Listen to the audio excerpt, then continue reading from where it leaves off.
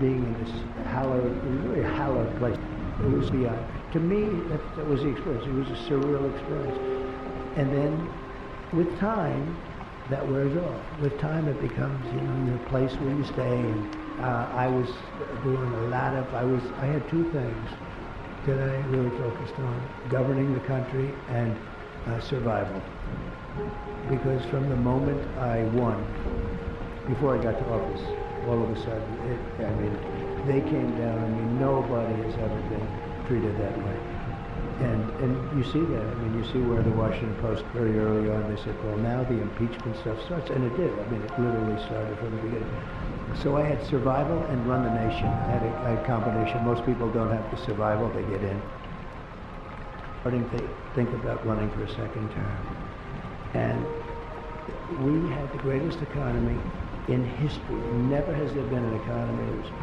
We're sitting there, and they said, sir, if George Washington came back and Abraham Lincoln was his VP as opposed to Waltz, how bad is he, by the way? But if Abraham Lincoln was his VP, they couldn't beat you. You have it. And I'll never forget it. The following day, they said, something's happening in China, sir.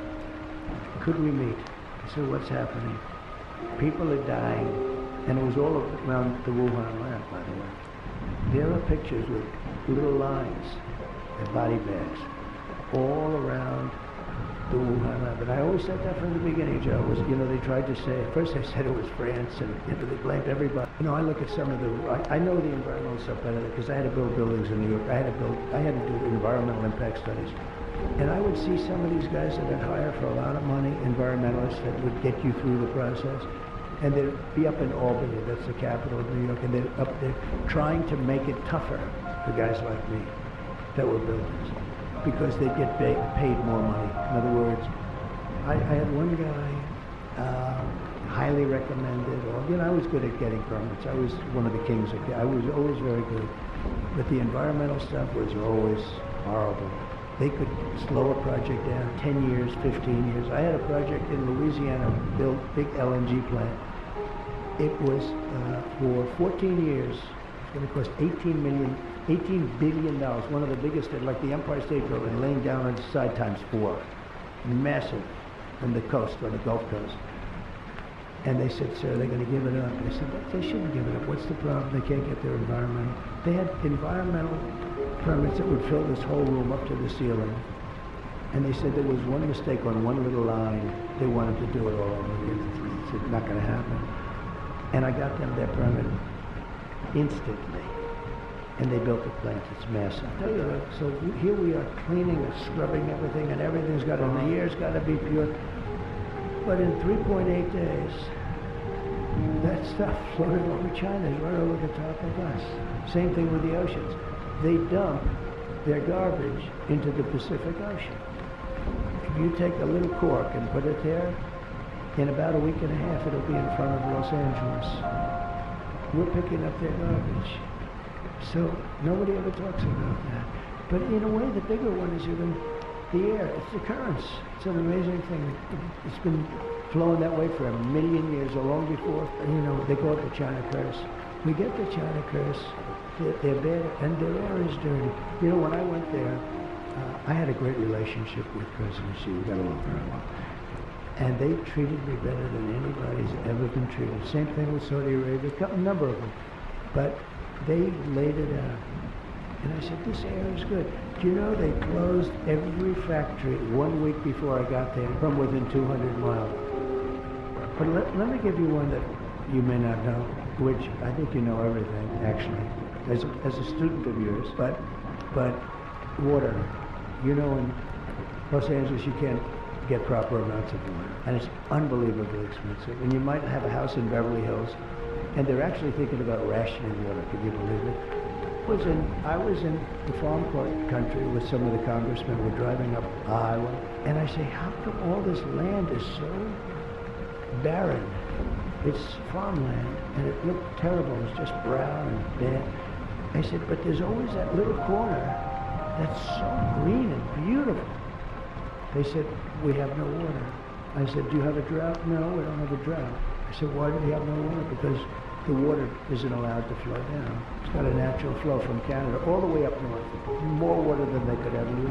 And in order to protect a tiny little fish, the water up north gets routed into the Pacific Ocean. Millions and millions of gallons of water gets poured. You got to see this. We're driving up, and I had never seen it before. It's like Iowa. It's the most fertile land. Iowa's blessed with great land. Idaho for a potato, right? They're just, by the way, you know, some land is good for a potato, some land is good for corn. It's the craziest thing. I love the farmers. They're great. They're the greatest. And by the way, they're getting killed right now because of the stupid administration. But so I see this, and I said, you gotta be kidding. I said, you mean you have water? And I looked at it.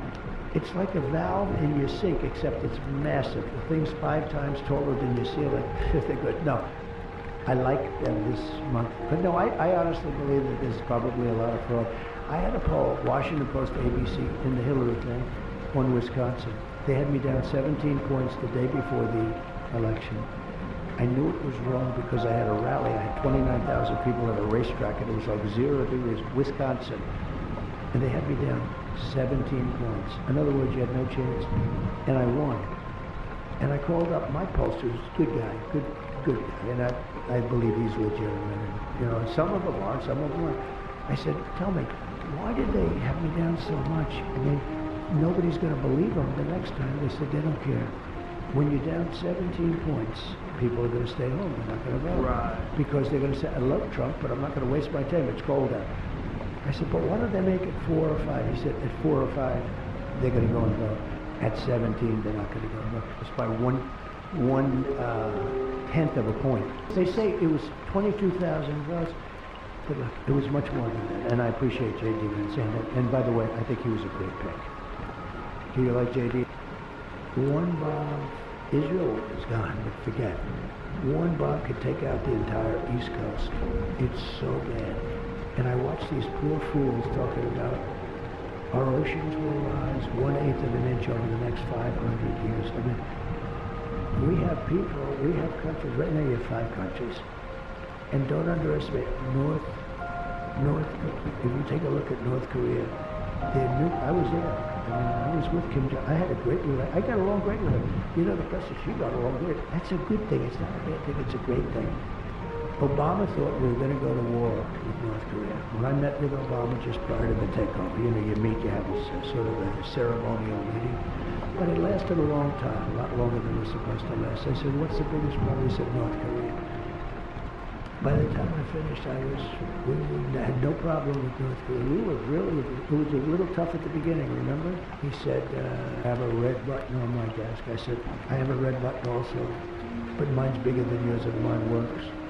And I said, do you ever do anything else? Why don't you go take it easy and relax, go to the beach, you have beautiful beach, nice beachfront property. You know, kidding me. You're always building nuclear, just relax. You don't have to do it. Let's build some condos on your shoreline. They actually have gorgeous stuff. And he said, I just have to do it because I need it for my safety, etc. I got to know him very well. We had no problem with him. If you have a smart problem, if you have a smart, really the right president, a smart president, you're not going to have a problem. And I say it to people, we have a bigger problem, in my opinion, with the enemy from within. And it drives them crazy when I use that term. But we have an enemy from within. We have people that are really bad people that I really think want to make this country unsuccessful. When you look at what's happening at our border, Joe, when you have people coming in that, when other countries are allowed to empty their prisons into our country with murderers, we have 13,099 murderers dropped in our country over the last 3 years. Called Springfield, Ohio to be exact. And Springfield, Ohio is this very nice community of 52,000 people that just had 32,000 migrants that don't speak the language dropped into their community. You can't get into a hospital. You can't get into a school. It's gone from a beautiful little place to a horror show. And the mayor is a nice guy. And the mayor says, we're looking for interpreters. I said, no, you've got to remove them and bring them back to their country. Mostly Haitians in this case. But they speak no language. They speak no, in fact, even the language or anything. And the mayor's trying to be politically correct. They're all trying to be. In Aurora, Colorado, you have the worst, probably the worst gang. MS-13 might even be, those two are the worst gangs. These are Venezuela gangs. They have taken over apartment complexes, and they're going to want to take over the whole thing. And you have a weak governor, pathetic governor, who's a radical left Democrat. He doesn't know what the hell to do. But you have it in many other communities, but they don't like to talk about it because it's, it's bad for the community to talk about it. These people have been led in here by this imbecile. She's a low IQ person. It's used for shipping, and now it's used to deal with the cartels. The cartel, heads of the cartel, rich people, by the way, these are loaded. These people have so much money. They would call up, look at this, they call up the app, and the app tells them where they should take their load of illegal migrants from the Congo. We have a lot from the Congo, prisons in the Congo. I made a little bit of a sarcastic joke. A man named Dana White, who you love, who I love, I assume you love, passed by him. I don't know, maybe. He is the greatest guy. I always say, nobody's indispensable, everybody can be replaced. Maybe you can't be, you might not be. But Dana White, truly, I don't think, they sold it for $4 billion. I said, what the hell, who the hell is going to pay $4 billion? And they made like a great deal. Greatest guy. He spoke at the whole thing with, I had just been shot, and he got up and he spoke so better than anybody. Who would be better to introduce you? I asked of all the people, and I know the biggest people in the world, and they all would have loved to have done it. I said, Dana, would you do it? It was interesting, he was away. And he said to the people that, one of my guys called him, he said, I won't be able to do it. Actually, I just left with my wife and family. I said, he said, no, yeah. He said, he was surprised, even though I knew he was very far away. He was in some place, and he deserved it with his family, the whole thing. And then I said, all right, so we're looking who we're going to get. And all of a sudden she comes in, Sir Dana White just said he's going to do it, and he's coming back in tonight, he's taking it. The guy is just an incredible guy, and he's like a tough champion, but loyal. Yeah, he's got to be one of your favorite people. Shows like yours. So I have a son who's very smart and tall, Barron, right? And he knows all about you. He knows about guys I never heard of. He said, Dad, you don't know how big they are. He told me how big. I said, who the hell is he? Like Ross. I did. He said, Dad, he's a great guy. Guys that are doing it. It's a whole new world out there. Big difference now, but even in just a couple of years, I was shaking hands with people. They're young kids, but I'm not kidding.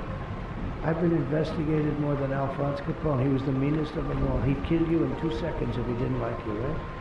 I've been under investigation more than Alphonse Capone, only because it's political opponent stuff. And I won the big case in Florida.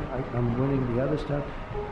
You win, but you know what they did? They did something that's only done in third world countries. They came after their political opponents. I could have put crooked Hillary. I couldn't even imagine you have, first of all, Secretary of State, but more importantly, the wife of the President of the United States of America going into jail.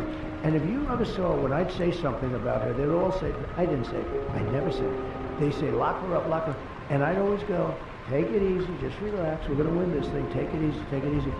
And I'm telling you, I kept it down, just the opposite. Now they say, oh, Trump wanted to put her in jail. No, I saved her from going to jail. They had more stuff on her. And Comey had it, because when Comey got up, and he stupidly, because he's a stupid guy too, he's a stupid son of a bitch. He got up, and instead of saying she's innocent of all charges, he went over each charge. And each charge was a killer.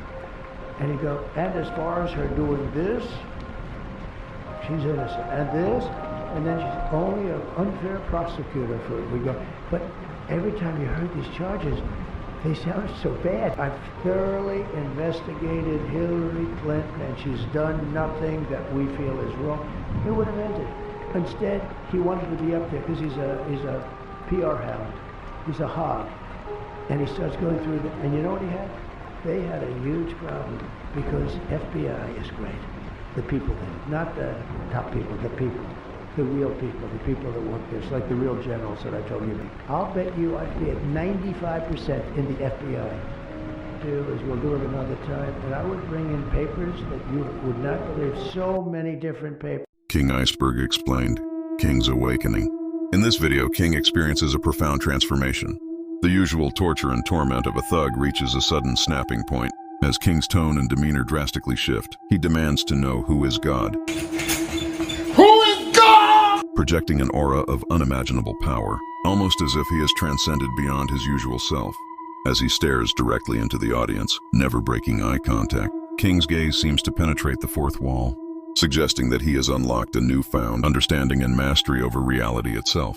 This video serves as a turning point, marking King's awakening into a godlike authority that can alter the very fabric of existence.